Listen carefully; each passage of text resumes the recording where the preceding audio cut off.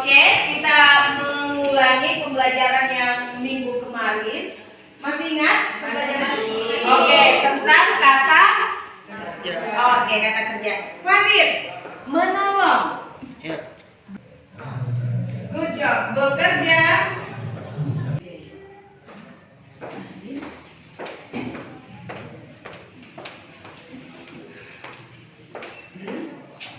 Ini sejak kapan dia tidur?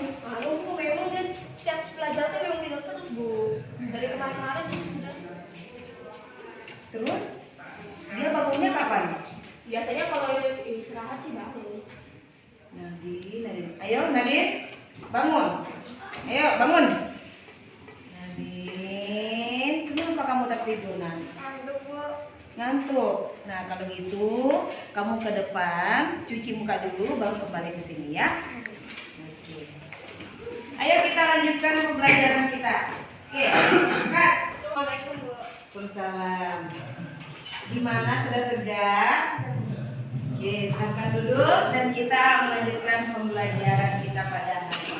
Nadine, nanti di jam setelah pembelajaran ibu kan istirahat. Kamu nanti menghadap ibu di kantor ya, Nak ya? Oke. Nadine, kelihatannya tadi kamu tidurnya pulas sekali, Nak. Iya, Bu, soalnya saya mengantuk, apalagi cuacanya hujan-hujan kayak gini, Bu. Tapi tidur pada saat jam pelajaran itu apakah betul atau salah? Salah, Bu. Salah. Nah, memang Nak, tidur itu adalah suatu hal kebutuhan dari manusia yang paling kita butuhkan. Paling penting untuk menjaga metabolisme tubuh dan juga untuk kesehatan. Tapi tidur pada saat jam pelajaran itu tidak Benar. betul. Apakah tidur di jam pelajaran itu sudah sesuai keyakinan kelas yang Nadine buat? Enggak, Bu. Enggak. Kalau begitu, apa keyakinan kelas yang Nadine langgar? Belajar dengan fokus, Bu. Belajar dengan fokus. Tadi Nadine ngapain? Tidur, Bu. Tidur. Nah, ngomong-ngomong Nadine tidur itu kenapa? Apa alasannya? Karena setiap malam saya begadang, Bu, main game sampai jam 2, jam 3. Makanya pagi hari saya ngantuk, Bu. Walah, makanya jadi lemes ya karena kurang tidur. Nah, kira-kira apa yang Nadine akan perbuat untuk memperbaiki kesalahannya? Mengurangi begadang, beberapa kali begadang lagi, terus duduk di depan supaya nggak ngantuk, Bu. Oke, jadi mulai besok Nadine akan pindah tempat duduk. Iya, Bu. Duduk di depan. Oke. Oke Nadine, karena Nadine sudah paham bahwa Nadine sudah melanggar keyakinan kelas, mulai besok Nadine sudah fokus belajar lagi ya. Iya, Bu. Tidak boleh tidur di kelas lagi. Terus selanjutnya kesepakatan Nadine tadi, Nadine akan pindah ke tempat duduk yang paling depan. Oke, terima kasih Nak.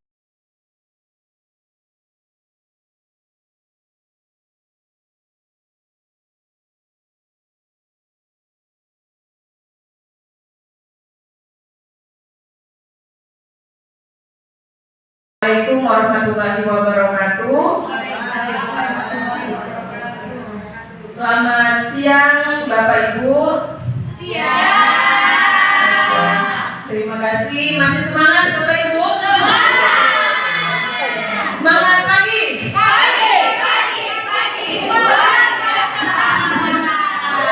Oke, terima kasih. Nah, Bapak Ibu, saya berdiri di depan Bapak Ibu bukan untuk menggurui atau merasa diri saya lebih baik daripada Bapak Ibu, tapi di sini saya hanya ingin menyebarkan pemahaman yang sudah mungkin saya dapatkan terlebih dahulu, atau mungkin Bapak Ibu sudah terlebih dahulu mengetahuinya, nanti bisa memberikan masukan kepada saya. Baik, seperti yang kita lihat bersama, yang saya angkat pada kesempatan ini yaitu menyebarkan pemahaman budaya positif. Nah, apakah budaya positif itu? Mungkin Bapak Ibu ada yang tahu apa itu budaya positif? Ya, betul sekali.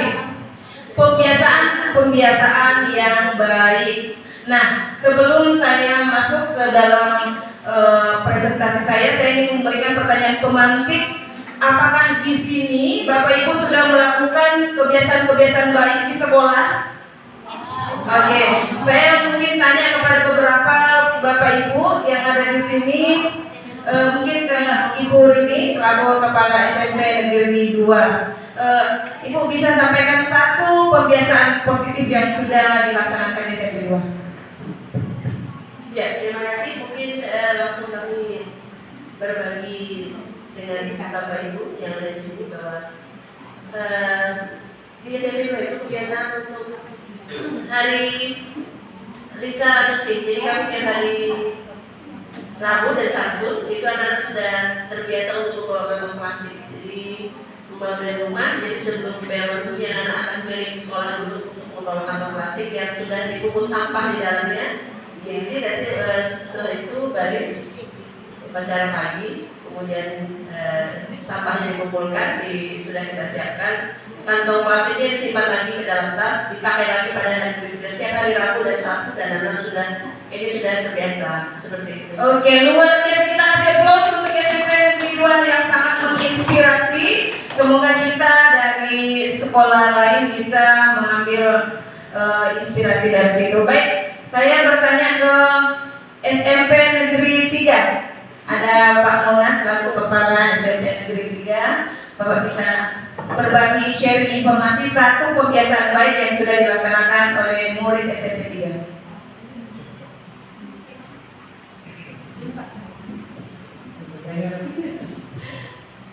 Apa yang kita lakukan? Satu, disiplin aja sih. Yang paling sederhana disiplin, terutama soal waktu. Jadi kami dikasih soal waktu.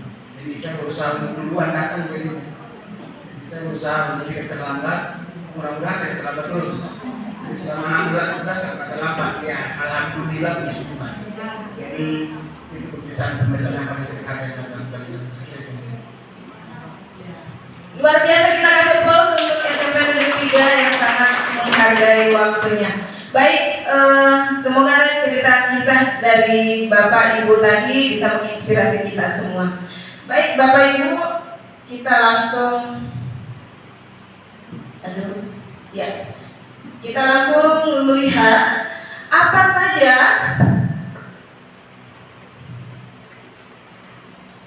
konsep inti dari budaya positif itu. Nah, yang kita ketahui bersama bahwa budaya positif itu adalah kebiasaan-kebiasaan baik. Nah, rupanya dalam budaya positif itu ada beberapa konsep inti yang harus kita ketahui. Yang pertama adalah perubahan paradigma belajar, kemudian disiplin positif, nilai-nilai kebajikan, kebutuhan dasar manusia, posisi kontrol guru, keyakinan kelas, dan segitiga restitusi. Nah, mungkin dari Bapak Ibu di sini ada yang belum pernah melihat sebelumnya atau mengetahui sebelumnya? Iya, baik, kalau begitu izinkan kami untuk menyampaikan, mungkin tidak secara spesifik, tapi basic-basicnya saja, setidaknya sudah mengenal. Nah, kita mulai dari pembelajaran dengan paradigma baru. Pembelajaran dengan paradigma baru adalah pembelajaran yang dirancang untuk pembelajar berdiferensiasi. Nah, ini yang sedang hot-hotnya sekarang nih, pembelajaran berdiferensiasi. Apa sih pembelajaran berdiferensiasi itu? Yaitu pembelajaran yang memberikan atau dirancang kepada peserta didik sesuai dengan kebutuhannya dan perkembangannya. Karena kita ketahui peserta didik itu berbeda-beda Bu kebutuhannya. Ada mungkin yang kinestetik lebih cenderung kepada olahraga, ada yang lebih cenderung kepada hafalan dan lain sebagainya. Itu anak-anak memiliki kebutuhan yang berbeda-beda. Nah, dari sinilah kita sebagai pengajar bagaimana membuat model pembelajaran yang bisa merangkum seluruh kebutuhan anak-anak didik kita. Ya, misalnya yang mungkin sering menulis. Ada anak-anak yang tidak terbiasa menulis, dia pasti akan protes, Bu, saya lelah menulis. Nah, berarti satu, kebutuhannya tidak terpenuhi dari menulis itu. Nah, itu yang harus kita ketahui karakteristik dari anak-anak didik kita. Itulah pembelajaran berdiferensiasi. Selanjutnya, nah, miskonsepsi tentang teori kontrol. Nah, ini adalah kesalahpahaman kita nih sebagai guru tentang teori kontrol. Kesalahpahaman yang pertama adalah guru mengontrol murid. Nah, ini salah ya Bapak Ibu ya. Guru itu bukanlah alat untuk mengontrol murid, tapi menuntun murid. Layaknya seperti sebuah tanaman bibit benih padi. Nah, guru itu cuma memupuk benih itu. menyiraminya, merawatnya hingga benih itu membesar menjadi tanaman yang subur. Tapi guru tidak bisa mengubahnya menjadi tanaman tomat atau cabai atau lain sebagainya. Selanjutnya, semua penguatan positif efektif dan bermanfaat. Nah ini biasanya kalau kita memberikan nasihat kepada anak-anak, kita berikan nasihat atau penguatan positif, kita pasti menganggap oh ini efektif nih. Tapi belum tentu apa yang kita sampaikan itu efektif dan bisa merubah anak didik kita. Selanjutnya, kritik dan membuat rasa bersalah mampu menguatkan karakter. Nah, siapa di sini mungkin saya ya yang sering, aduh gara-gara kamu ibu nanti dimarah sama Pak Edi nih. Nah, itu berarti saya membuat anak-anak itu merasa bersalah gara-gara dia gurunya dimarah sama kepala sekolah. Itu adalah suatu hal yang salah ya. Selanjutnya, orang berdewasa berhak memaksa. Nah, ini juga miskonsepsi ya. Kita tidak boleh memaksa siapapun, apalagi anak-anak. Selanjutnya, ini perubahan dari paradigma stimulus respon dan teori kontrol. Nah, biasanya kita menganggap bahwa kebutuhan kita semua di dalam ruangan ini sama, padahal kenyataannya kebutuhan kita itu berbeda. Itu yang pertama. Selanjutnya, semua orang akan melihat hal yang sama. Nah, ini biasa ada orang menilai, oh anak itu nakal, anak itu lemah. Nah, tapi jangan kita menganggap guru teman sejawat kita menganggap anak itu nakal. Kita memiliki pemikiran dan pandangan yang berbeda-beda. Selanjutnya, kita mencoba mengubah orang-orang berpandangan sama dengan kita. Nah, ini juga harus diubah ya Bapak Ibu ya. Kita berusaha memahami pandangan orang lain, karena tidak akan sama, karakteristik dan pikiran kita akan berbeda satu sama lain. Selanjutnya, perilaku buruk dilihat sebagai sebuah kesalahan. Nah, seperti tadi cerita dari Ibu Retno, ya saya sempat menitikkan air mata ya ketika anaknya itu pergi mengungsi ke sekolah ya. Mungkin awalnya kita menganggap anak itu buruk, tapi kita tidak ketahui ada sesuatu hal di balik dia berperilaku seperti itu. Selanjutnya, orang lain mengontrol saya. Nah, ini tidak bisa. Kita tidak boleh membiarkan diri kita dikontrol oleh orang lain. Saya bisa mengontrol orang lain. Nah, ini juga yang harus diubah. Pemaksaan ada pada saat bujukan gagal. Nah, biasanya kalau kita membujuk anak-anak nih, ayo kita belajar. Anaknya tidak mau belajar, kita paksa dengan mungkin ancaman, dengan hukuman. Nah, itu suatu hal yang keliru. Dan yang terakhir, model berpikir menang kalah. Ya, itu juga salah ya. Yang tepat adalah model berpikir sama-sama win-win solution atau sama-sama menang. Selanjutnya, nah, disiplin positif. Nah, kita lihat di sini pengertiannya, disiplin positif merupakan salah satu cara penerapan disiplin yang bertujuan untuk menumbuhkan kesadaran serta memberdayakan peserta didik tanpa imbalan, penghargaan, ancaman ataupun hukuman. Nah, ini biasa kita mendisiplinkan anak dengan ada kriteria nih. Kalau kamu nanti bisa datang tepat waktu, ibu akan kasih hadiah. Oh, kalau kamu begini, ibu akan panggil nanti, umumkan di saat upacara ini siswa teladan. Nah, itu artinya penghargaan. Sedangkan kalau disiplin positif itu muncul dari kesadaran alamiah, tanpa adanya imbalan, tanpa adanya penghargaan, apalagi dia takut hukuman. Saya takut hukuman nih, saya harus sebenarnya itu bukan dia disiplin positif, tapi dia motivasi eksternal. Nanti kita akan pelajari kembali. Nah, ini juga nilai-nilai kebajikan masuk dalam budaya positif. Tadi ada beberapa. Nilai-nilai kebajikan adalah nilai yang disepakati bersama, lepas dari suku, bangsa, agama, bahasa maupun latar belakang. Nah, Bapak Ibu bisa lihat di situ ada peduli, rajin, integritas, rasa hormat yang merupakan salah satu dari nilai kebajikan. Selanjutnya, nah, kebutuhan dasar manusia tadi sempat disinggung oleh Ibu Wahyu Widoretno. Rupanya kita sebagai manusia itu ada 5 kebutuhan dasar yang harus dimiliki. Nah, ini yang harus dimiliki oleh murid atau peserta didik ya Bapak Ibu. Yang pertama tadi yaitu bertahan hidup, bisa dari tempat tinggal yang nyaman, makanan, minuman yang cukup, dan kesehatan. Selanjutnya cinta kasih dan diterima. Nah ini mungkin anak didik kita atau murid yang tidak mendapatkan cinta kasih yang cukup di rumahnya, dia akan mencari perhatian di sekolah. Itu yang harus kita ketahui, karena kebutuhan itu harus dia penuhi. Ini adalah kebutuhan yang harus mereka penuhi.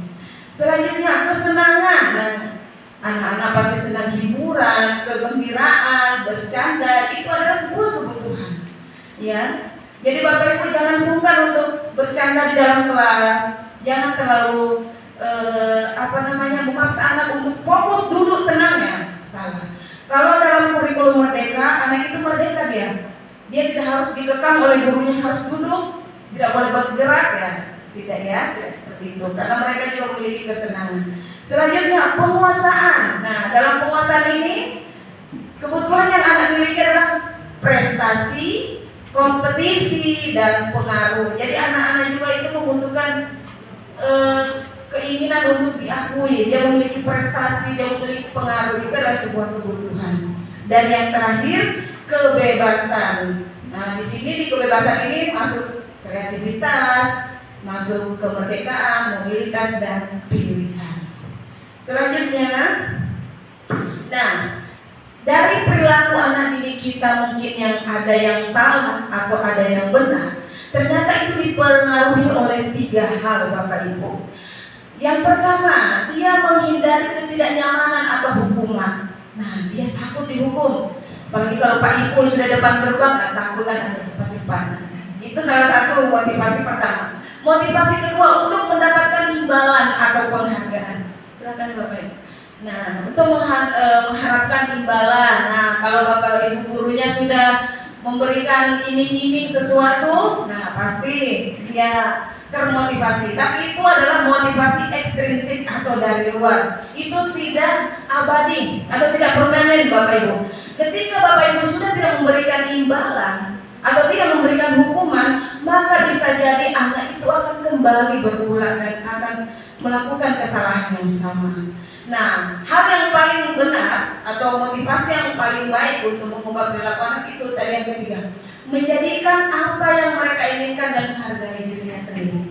Oh, saya harus datang tepat waktu nih. Kalau saya sendiri tidak mesti karena saya harus presensi, saya harus mengejar waktu absen guru, ya tidak. Saya harus menghargai diri saya. Oh, saya menghargai waktu saya, berharga kalau saya kehilangan waktu, bukan kehilangan gaji dipotong yang baik ya. Ya, itu salah satu motivasi intrinsik ya yang bisa merubah perilaku kita. Oke, selanjutnya. Nah, ini yang mungkin masih keliru kita lakukan ya Bapak Ibu dalam pemberian hukuman konsekuensi kepada anak-anak didik kita nih. Mungkin Bapak Ibu di sini ketika anak walinya melakukan sebuah kesalahan, apa yang Bapak Ibu lakukan? Ya, ditegur, dinasehati. Apakah hal itu sudah efektif, Bu? Belum. Oke, kita lihat ya. Ada 3 hal yang biasanya Bapak Ibu lakukan, termasuk saya, dalam pemberian konsekuensi dari apa yang mereka lakukan. Yang pertama, hukuman. Kalau hukuman ini Bapak Ibu pasti tidak merencanakan, karena kejadian itu pasti kan di luar rencana kita. Nah, itu hukuman dia terencana. Murid tidak dilibatkan untuk memilih hukuman apa yang dia mau. Pasti Bapak, kamu mau dihukum apa? Membuang sampah atau mau sikat WC? Tidak, pasti langsung kamu buang sampah lingkungan sekolah. Nah, itu anak-anak tidak dilibatkan. Selanjutnya bersifat satu arah. Jadi cuma gurunya yang memberikan arahan, murid hanya menerima, manut-manut aja.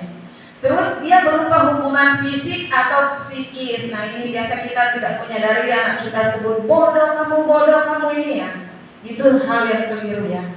Selanjutnya, apa sih konsekuensi? Nah, ini konsekuensi ketika Bapak Ibu sudah melakukan kesepakatan di awal nih. Nah, misalnya di awal tahun ajaran sudah ada kesepakatannya, anak yang terlambat akan diberikan konsekuensi seperti ini.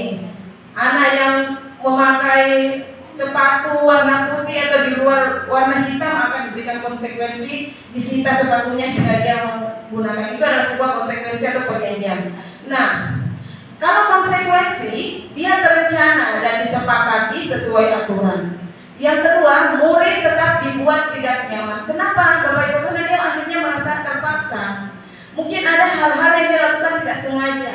Entah itu saat dia terlambat, dia tidak sengaja karena motornya rusak, karena motornya apa. Tapi karena itu adalah konsekuensi atau sudah disepakati dari awal, akhirnya dia harus melaksanakan konsekuensi itu. Padahal itu sebenarnya tidak membuat dia nyaman, karena tidak disengaja. Dan yang terakhir, guru selalu memonitor atau memantau. Nah, selanjutnya yang kami pelajari di sini, bagaimana cara tidak menggunakan hukuman, tidak menggunakan konsekuensi, tapi mencoba menggunakan restitusi. Ini yang ditawarkan oleh program Merdeka Mengajar ya, yaitu di mana proses menciptakan kondisi bagi murid memperbaiki kesalahannya. Jadi kita tanya, salahmu di mana? Alasanmu melakukan itu apa? Apa keyakinan kelas atau apa kesepakatan yang sudah kamu langgar? Bagaimana cara kamu untuk memperbaiki kesalahan kamu?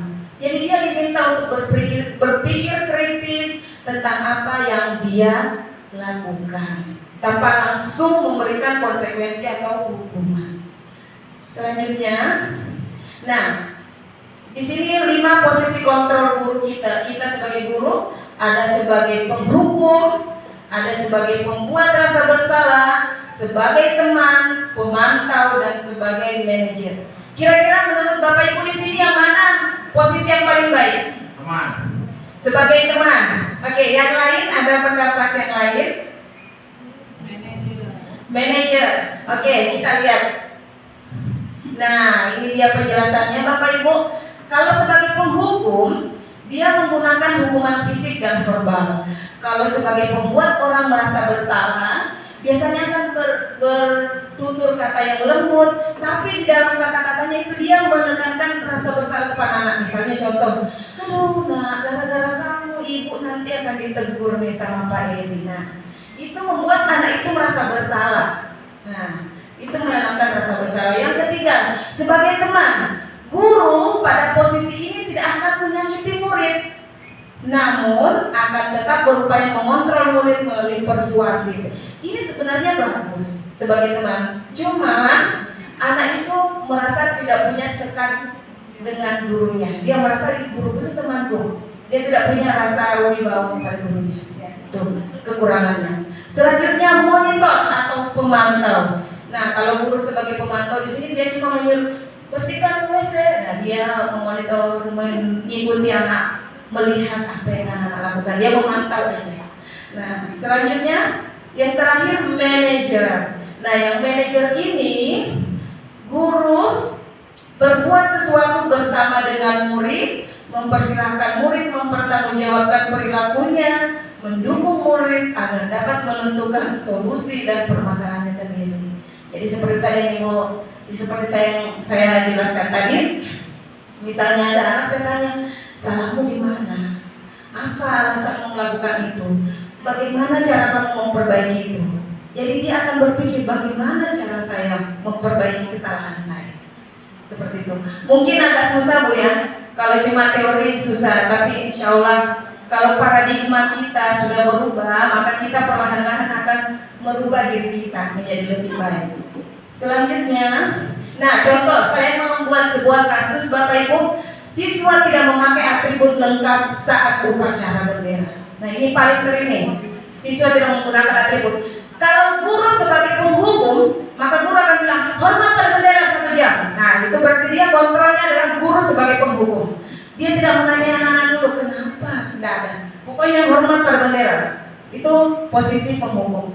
Posisi pembuat rasa bersalah, gurunya akan berkata, aduh nah, berapa kali ibu harus kasih tahu kamu itu sudah mengecewakan ibu. Aduh, itu membuat anak itu jadi rasa bersalah. Yang ketiga teman, ayo nak, kita ikuti aturan sekolah ya. Lain kali jangan begitu lagi ya. Nah itu sebagai teman tuh. Tapi ya itu tadi kekurangannya sudah saya jelaskan. Selanjutnya pemantau. Kamu sudah tahu konsekuensinya. Setelah upacara, kamu pergi beli atribut di koperasi dan jangan ulangi lagi. Nah itu pemantau. Sedangkan Kalau manajer, guru itu akan berkata, apa kamu sudah tahu kesalahanmu? Bagaimana cara kamu memperbaikinya? Apa yang akan kamu lakukan?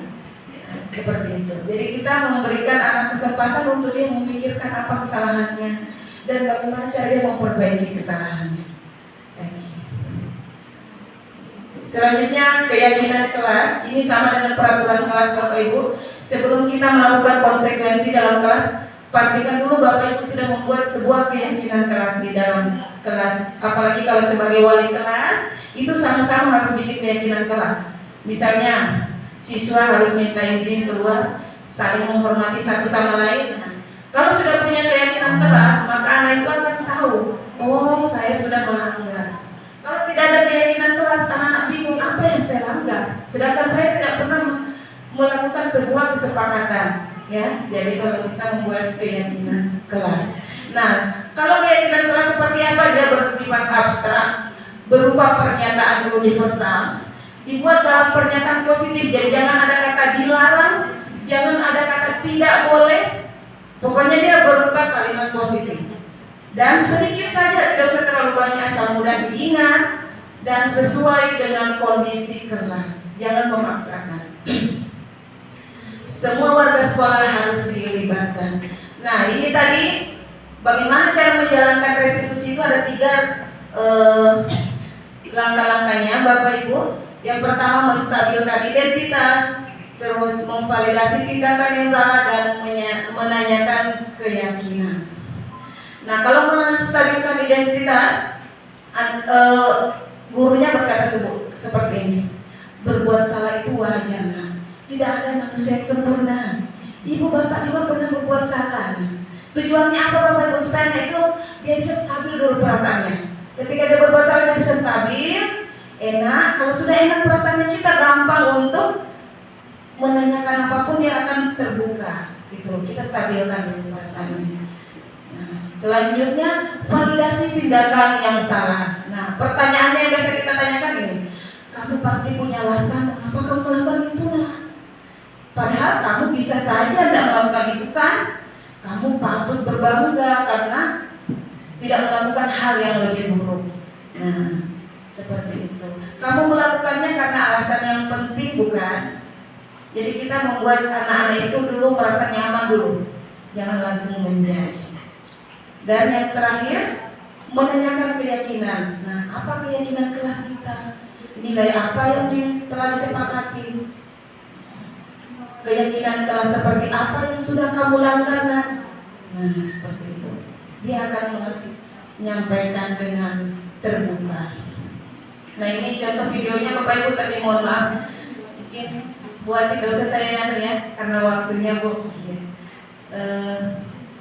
Nah, untuk sebagai penutup, di sini saya mengambil quote dari Standar Pendidikan Nasional bahwa dalam penerapan disiplin positif, seorang guru hendaknya memiliki standar kepribadian, profesional, dan sosial yang baik, di mana guru mampu merefleksikan diri dalam posisi manajer yang menuntun murid-muridnya menjadi insan yang mandiri, merdeka, dan bertanggung jawab. Demikian Bapak Ibu yang bisa saya sampaikan, mudah-mudahan ada manfaatnya bagi kita semua. Dan saya mengucapkan terima kasih yang sebesar-besarnya kepada Bu Wati sudah memberikan saya waktunya sedikit, dan terima kasih juga kepada Ibu Bapak yang sudah mendengarkan saya di sini. Wabillahi taufiq wal hidayah. Wassalamualaikum warahmatullahi wabarakatuh.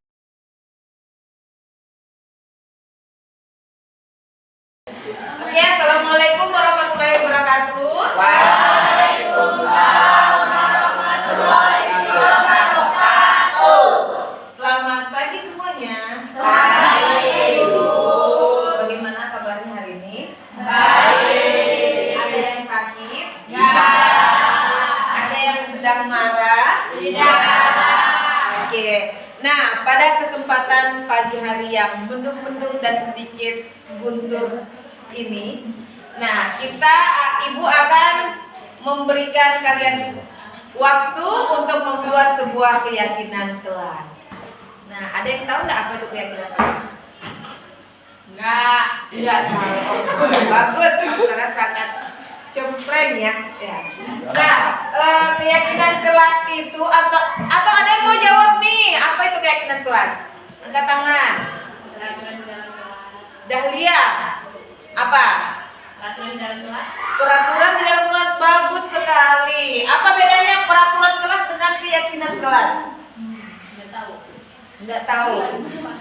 Mantap. Nah, jadi keyakinan kelas itu adalah sebuah kesepakatan yang kalian sepakati bersama ibu guru untuk diyakini dan dilaksanakan bahwa hal itu harus diwujudkan, tidak boleh dilanggar. Nah, jadi hal-hal yang menurut kalian ingin kalian wujudkan di dalam kelas itu nanti ibu kasih kesempatan satu persatu untuk maju ke depan menuliskan apa yang kalian inginkan. Setiap orang boleh menuliskan satu yang kalian inginkan sebagai keyakinan kelas. Misalnya contoh kayak tadi datang tepat waktu, nah atau dilarang makan di dalam kelas atau apa terserah yang menurutmu ingin kamu wujudkan untuk terjadi atau terlaksana di dalam kelas. Paham? Paham. Ada yang mau ditanyakan? Tidak. Oke, kalau begitu kita mulai dari siapa ini? Saya Bu. Barisan nggak Bu? Gini. Oke, kita mulai dari sini, Fahri ke belakang, baru dari Napia ke depan, dari Maria ke Oktora, ke Bakti, ke Lucy, ke Jessica, dan terakhir nanti Nadia. Oke, silakan. Nah, karena ada 2 kolom biar cepat, kamu tulis di sebelah, kamu tulis di sebelahnya. Ayo, tulis di sebelahnya nak. Udah siap atau belum? Oke. Nah, kamu sebelah sini. Jadi nanti belakang ya. Nanti ketemu di tengah. Oke, silakan. Kalau bisa jangan terlalu banyak kata jangan dan dilarangnya. Bikin kalimat yang berbentuk positif, ya. Misalnya contoh, jangan datang terlambat diganti dengan kata datanglah tepat waktu. Nah, kan lebih positif dia. Oke, ayo. Lanjut. Dilarang tidur di kelas. Oke, kita lihat yang lain. Ibu minta ini semua dari isi hatimu ya. Dari keinginan kalian sendiri. Dilarang memainkan bola di kelas. Oke, bagus sekali. Next, langsung Arin maju. Memperhatikan dan tidak ribut saat guru menjelaskan. Oke, good job. Lanjut. Next. Yang sudah ditulis temanmu tidak boleh diulang 2 kali ya. Kalian harus ayo, tulisannya jangan terlalu berjauhannya nak, karena banyak temanmu menulis di bawah. Dilarang jam kos. Oke.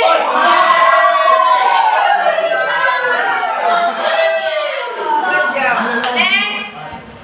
Tidak boleh membunga.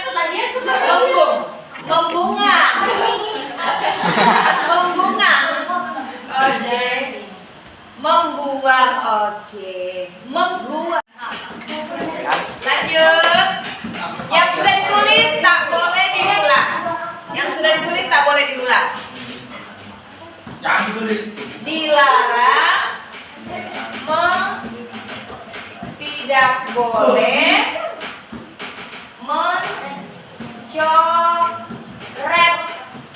Dicoret berarti Coret. Oke. Meja. Oke, good job. meja 1 buku. Mencoret-coret buku. Oke, good job. Berbeda. Antara meja dan buku beda. Oke, next. Ayo. Nanti kita akan sepakati apakah kalian setuju atau tidak ya. Bayar uang kas tepat waktu, bayar. Oke. Bayarlah uang kas tepat waktu. Oke, good job. Ini Bu Bendahara yang sangat teladan. Oh, ya. iya. Nah, next. Ayo, lanjut nak. Menggunakan bahasa Indonesia saat berada di sekolah. Oke, good job. Nah, yang suka pakai bahasa Jawa ini bahasa Mentado ya. Oke, next. Tidak boleh mengganggu temannya saat silakan. Saat belajar. Nah, yang usil suka ganggu-ganggu temannya. Ayo, next setelah Jessica, Oktora. Kamu buat. Ya.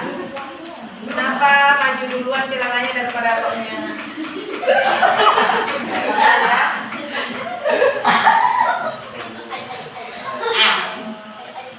Ayo, nomor 8 Oktora. Dilarang nunggak. Dilarang nunggak.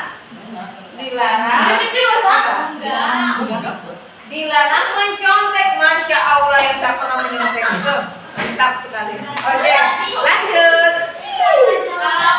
Kalau dia nulis dilarang titik-titik sih, mau banget. Oke, dilarang menunggak. Dilarang menunggak. Masya Allah. Menunggak mengerjakan tugas yang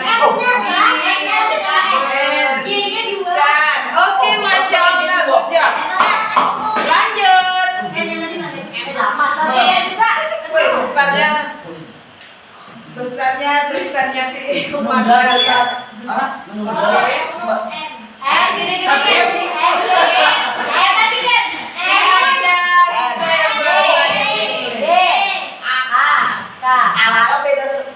Ya, dilarang menunggak. Apakah sama dengan bayarlah uang kasna? Beda, Bu. Oh, itu enggak.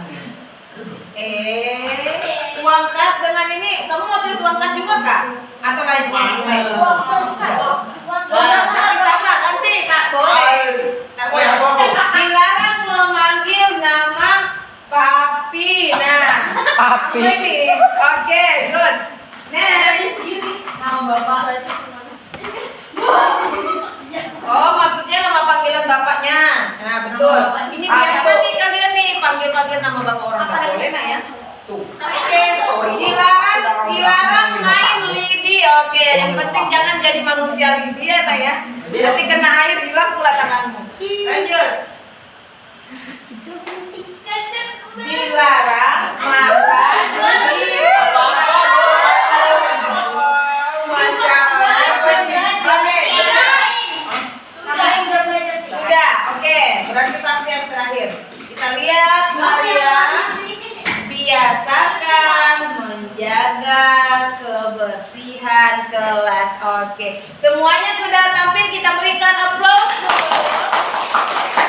Nah, ternyata apa yang kalian sudah tulis di depan kelas adalah keyakinan kelas yang akan kita sepakati. Di sini ada berapa jumlah keyakinan kelas kita? 9. Ada berapa coba lihat? 19. Nah, kalau begitu kita sama-sama untuk membahas satu persatu. Apakah ada yang perlu dicoret atau ada yang perlu direvisi atau ada yang langsung kita sepakati? Ada. Kita mulai dari sebelah sini ya. Oke. Dilarang memainkan bola di kelas. Boleh. Nah, Boleh. bola apa maksudnya? Bola voli tuh. Oh, sepak bola atau bola voli. Oke, menurut kalian apakah ini perlu atau tidak perlu? Perlu. Berarti ini disetujui? Iya. Nah, ada yang tidak setuju. Boleh disampaikan alasannya tidak setuju kenapa? Nanti kena kaca. Iya.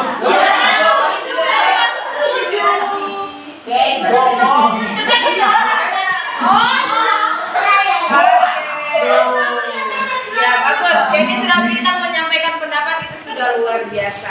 Nah, cuma dilarangnya itu adalah kalimat kata berbentuk negatif. Ayo kita sama-sama membuatnya menjadi menjadi bentuk positif. Apa bentuk positifnya? Jangan Bermainlah bola. Kalau betul, siapa tadi yang berucap? Nadia, sampaikan. Bermain bola di betul sekali. Tepuk tangan untuk Nadia. Jadi bentuk negatif seperti kata dilarang, jangan, tidak boleh itu tidak boleh ada dalam keyakinan kelas. Ya, jadi keyakinan kelas harus bersifat positif, tidak boleh ada kata dilarangnya. Oke, sudah kita dapatkan bermain bola di lapangan. Oke, lanjut. Arti ini kita benarkan. Dilarang jam kos. Nah,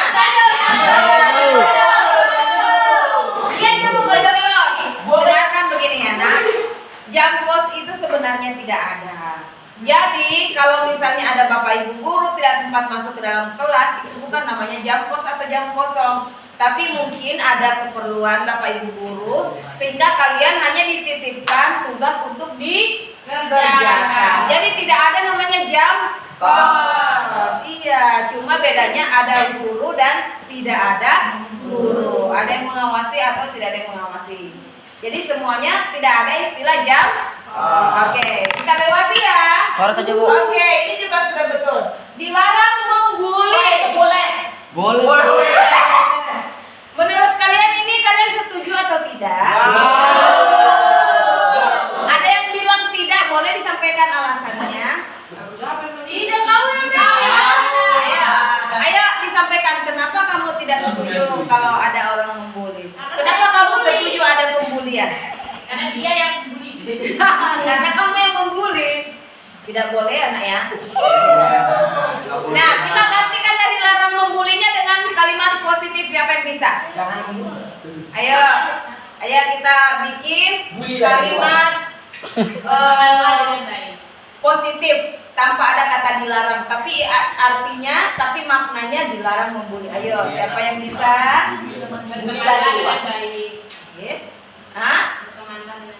Nah, betul sekali. Bertemanlah. Ada yang lain?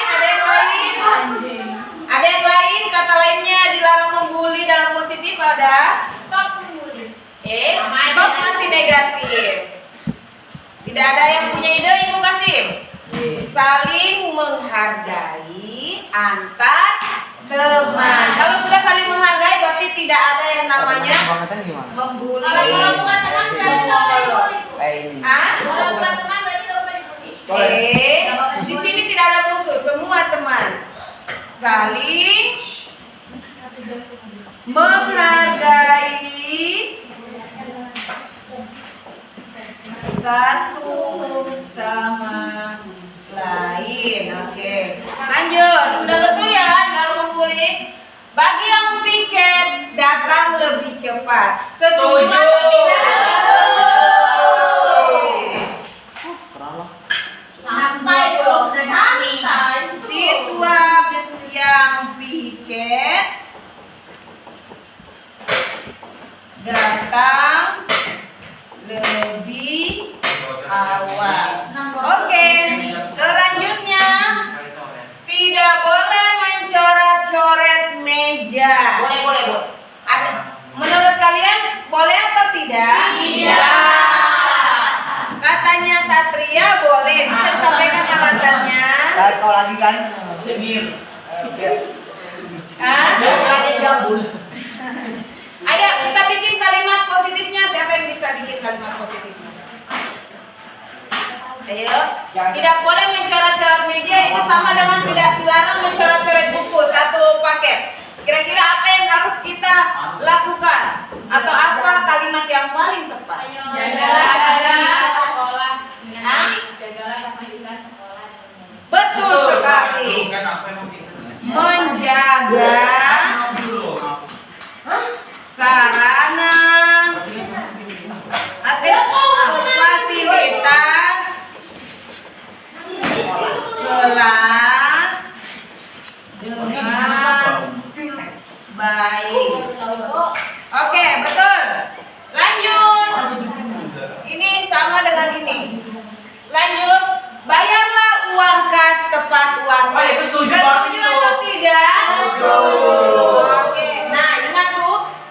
Berarti Ibu Bendahara karena semuanya sudah setuju, jadi Ibu Bendahara harus tegas bilang Tadinya bawa putih masuk orang. ya, oke, bayarlah. Ambil bayar. Ada hal yang lagi aja membayar. Oi, aku bayar selalu. Kata siapa? Oke, lanjut yang keenam. Tidak usah terlalu banyak ya. Tidak boleh mengganggu temannya saat belajar. Ini sebenarnya masuk di saling menghargai ya. Kalau mengganggu itu masuk di saling menghargai, berarti betul. Dilarang menyontek. Nah, Tidak setuju sih. ini sama dengan dilarang ada tadi mengambil pulpen. Dilarang mengambil pulpen sama dengan menyontek karena sama-sama tidak jujur. Ayo, apa katanya yang paling pas, yang paling cocok? Belajarlah bersikap jujur. Oke, bersikap selalu bersikap jujur. Nah, betul. Lanjut. Ibu tandai dulu ya yang sudah masuk. Oke. Selalu mengerjakan tugas yang diberikan. Setuju. Nah, setuju atau tidak? Setuju. Oke, Oktora paling besar setuju. Mengerjakan tugas tepat waktu. Lanjut, nomor 8. Dilarang memanggil nama papi. Nah, maksudnya papi ini nama orang tua ya, Naya? Ya. Apakah di sini ada yang sering begitu? Enggak, siapa? Ada ya. Sering. Nah, kalau begitu kita bikin keyakinan kelas supaya kalian paham itu tidak boleh karena sudah kita sepakati. Ya. Nah, memanggil nama orang tua ini kita sama-sama kalau orang tua harus dihormati. Nah, kita bikin kalimat yang ada menghormatinya. Hargailah orang tua. Ya. Hormati yang tua. Betul sekali. Menghormati Jangan lupa. hormati guru dan orang tua.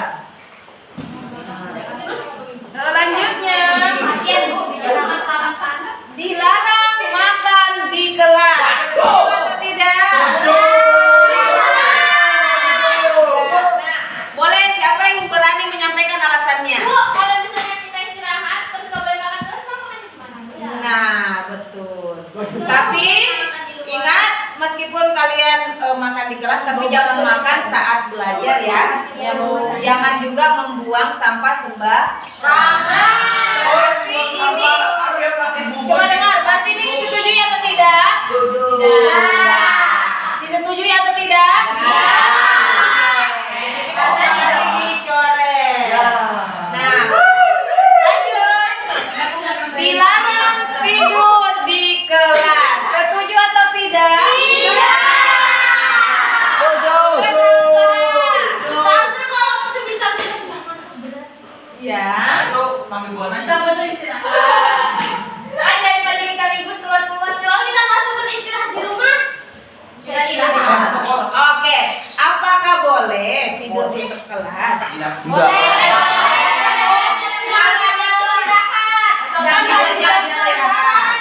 Oke, katanya Oktora boleh Bu kalau jam istirahat. Oke, berarti yang ini disepakati atau tidak? Tidak.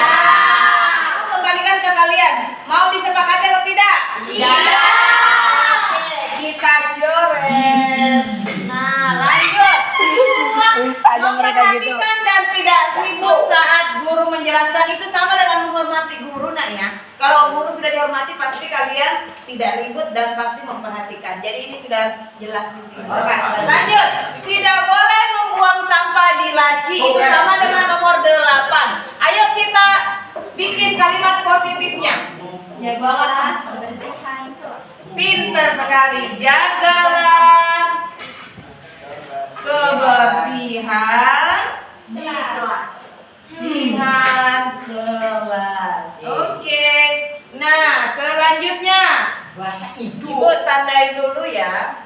Ya, Bu. Nah, menggunakan bahasa Indonesia saat berada di dalam sekolah. Setuju atau tidak? Setuju. Setuju. Oke, kita tulis nomor 10. Menggunakan bahasa Indonesia saat berada di lingkungan sekolah. Lanjut. Dilarang main lidi. Nah, ini ibu belum paham ya, dilarang main lidi maksudnya gimana? Itu apa tulis? Itu dia. Itu tulis apa ini? Kau Ya. Suka jebret-jebret ke badan, Bu. Apakah itu dilakukan dalam kelas? Iya. Itu masuk di mana, Nak? Dilarang main lidi itu masuk di mana? Membuli, betul. Sudah ada tadi membuli, berarti ini sudah dianggap masuk. Nah, ada 10 keyakinan kelas yang sudah kalian sepakati. Ibu minta kalian nanti menuliskan tanda tangan kalian. Mana papan penghapus papan tulisnya? Tolong, can you help me to take eraser, please? In the Behind you. Oke. Ini semuanya apakah ada yang mau berkomentar atau memberikan? Semuanya sepakat? Ibu nanti akan nge-print hasil ini, ibu akan tempel di belakang di situ, di dinding mandi kalian supaya mengingatkan kalian bahwa kita punya kesepakatan kelas yang harus betul sekali, tidak boleh Nah, sekarang ibu minta semuanya menandatangani. Nanti maju satu persatu untuk menyampaikan tanda tangannya. Nanti Ibu Udah. kita tanah.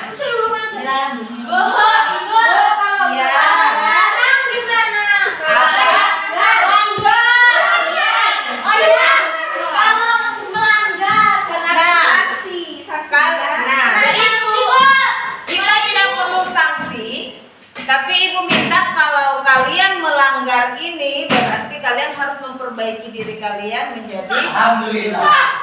ya. Aku bosan taksi itu. Coba kita belajar menjalani hidup tanpa sanksi. Ya, Ya. Alhamdulillah. Karena apa? Sanksi belum tentu menyadarkan kalian. Misalnya nih, hari ini kamu terlambat, disuruh misalnya pungut sampah pungut. Besok tetap terlambat lagi. Kenapa? Karena bukan pungut sampah itu yang membuat kamu sadar, nah, tapi dari diri kamu, oh saya memang harus di awal. Jadi bukan gara-gara sampah itu yang membuat kamu sadar, tapi yang membuat seseorang sadar itu adalah kesadaran dari dirinya. Bisa dipahami ya? Jadi tidak semua hal itu harus ada sanksi. Oke. Nah, sekarang kita tanda tangan seperti ini. Apa kalian pernah menandatangani di papan tulis seperti yang ibu minta? Tidak. Oke, ibu kasih contoh. Kasih tanda tangan seperti ini. Tulis kecil nama kalian. Nanti ibu akan mengambil dokumentasi. Oke. Tadi ada 2. Silakan mulai dari sini dan sini. Silakan. Gantian ya, biar Itu banyak loh itu. ya, di sini aja nak, karena ini mau dipakai untuk belajar. Sebelah sini aja, ke atas. Silakan ditumpuk, mau bersamping ke atas ke. Ya, silakan. Ya. Aku dari seorang bilang bos. Ayo, silakan. Oh, berarti kata kasar juga, Pak. Nah, tadi ada ndak yang memberikan? Enggak ada. Tidak ada.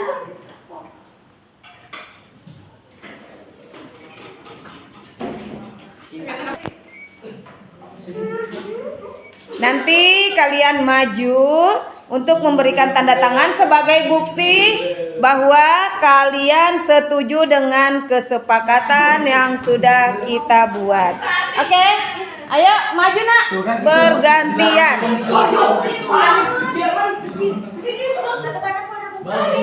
Iya, iya nama tanya. Kenapa?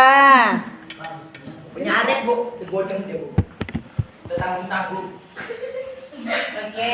Paling jelek. Silakan maju. Tunjukkan tanda tanganmu yang paling keren. Berbintang lagi. Oke, maju sebelah sana. Oke. Sip. 10. Mata kunci. Tanda tangannya dengan namanya jangan terlalu jauh jaraknya nak ya. Nah, pasti bawahnya aja. Nah. Oke. Lanjut. Mana dia? Oh, enggak. Ayo Navia. Lucy.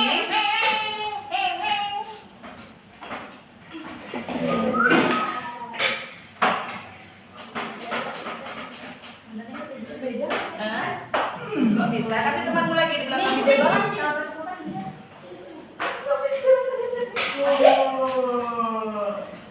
Kenapa? Pakai spidol dengan pulpen beda bentuknya. Beda. Licin bu. Iya kan? Dia gede. Oke, Ma. Lucy lanjut. Mari lawan bu.